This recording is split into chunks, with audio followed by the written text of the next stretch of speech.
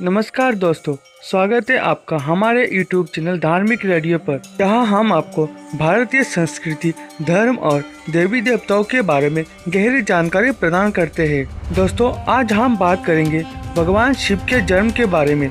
शिव जी, जिन्हें महादेव, नीलकंठ और भोलेनाथ के नाम से भी जाना जाता है, हिंदू धर्म के प्रमुख देवताओं में से एक है। उनका जन्म कैसे हुआ, इसके पीछे कौन कौन सी कहानियाँ और मान्यताएं जुड़ी हुई है, आइए जानते हैं इस अद्भुत यात्रा में। शिव जी का जन्म। पौराणिक मान्यताएं के अनुसार शिव जी के जन्म को लेकर हिंदू धर्म में विभिन्न पौराणिक कथाएं प्रचलित है। इनमें से एक प्रसिद्ध कथा के अनुसार शिव जी अनादि है, यानी उनका कोई जन्म नहीं है। वे स्वयंभू है, जो स्वयं ही प्रकट हुए हैं। भगवान शिव को इस ब्रह्मांड का विनाशक और सृष्टि का आधार माना जाता है। एक अन्य कथा के अनुसार शिव जी के जन्म का कोई निश्चित समय और स्थान नहीं है, क्योंकि वे समय और स्थान से परे है। यह उन्हें आदि और अनंत के रूप में स्थापित करता है। उनके जन्म का संबंध सीधे त्रिमूर्ति से है, जिसमें ब्रह्मा सृष्टिकर्ता, विष्णु पालनकर्ता और शिव संहारकर्ता माने जाते हैं।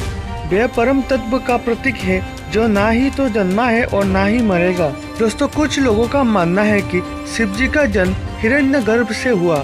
हिरण्यगर्भ, जिसे गोल्डन एग या ब्रह्मांडीय अंडा भी कहा जाता है, वो मूल तत्व है जिससे पूरा ब्रह्मांड उत्पन्न हुआ। इसे ही शिव जी का उत्पत्ति स्रोत माना जाता है।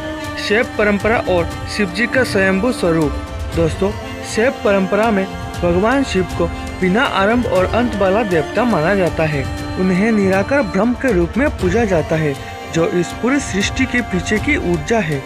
दोस्तों, शिवलिंग इसी निराकार ब्रह्म का प्रतीक है।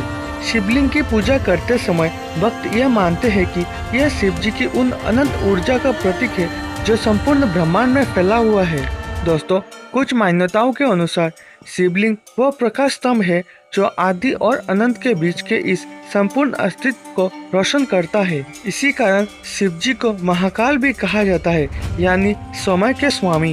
दोस्तों, अब हम शिव जी के जन्म से जुड़े अलग अलग कहानियों के बारे में जानेंगे। दोस्तों, एक कथा के अनुसार शिव जी का जन्म भगवान विष्णु के माथे से हुआ। भगवान विष्णु ने जब ब्रह्मा से पूछा कि उन्हें किसकी पूजा करनी चाहिए, तो उनके माथे से एक अद्भुत तेजस्वी प्रकाश उत्पन्न हुआ, जिससे शिव जी प्रकट हुए।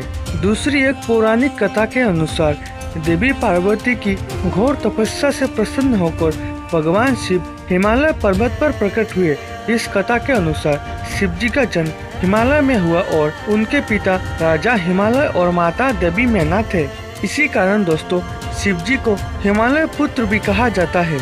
शिव जी का अस्तित्व और उनकी पूजा का महत्व। भगवान शिव के जन्म की कहानियाँ हमें यह समझाती है कि शिव जी का कोई एक रूप या स्वरूप नहीं है। वे अद्वितीय है और उनके अनेक रूप है।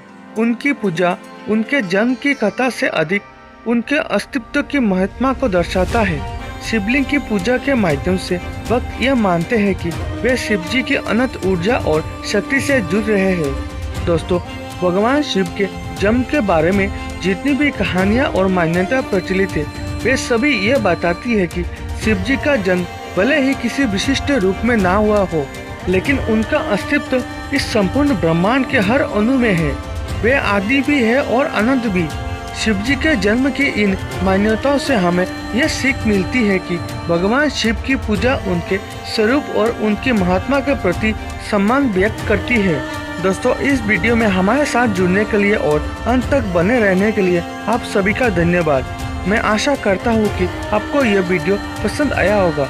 अगर आपके मन में कोई भी सवाल है या आप किसी अन्य विषय पर चर्चा करना चाहते हैं, तो हमें अवश्य कमेंट में बताएं और वीडियो को लाइक करके हमारे चैनल को सब्सक्राइब करके रखें ऐसे भी और महत्वपूर्ण और जानकारीपूर्ण वीडियो पाने के लिए।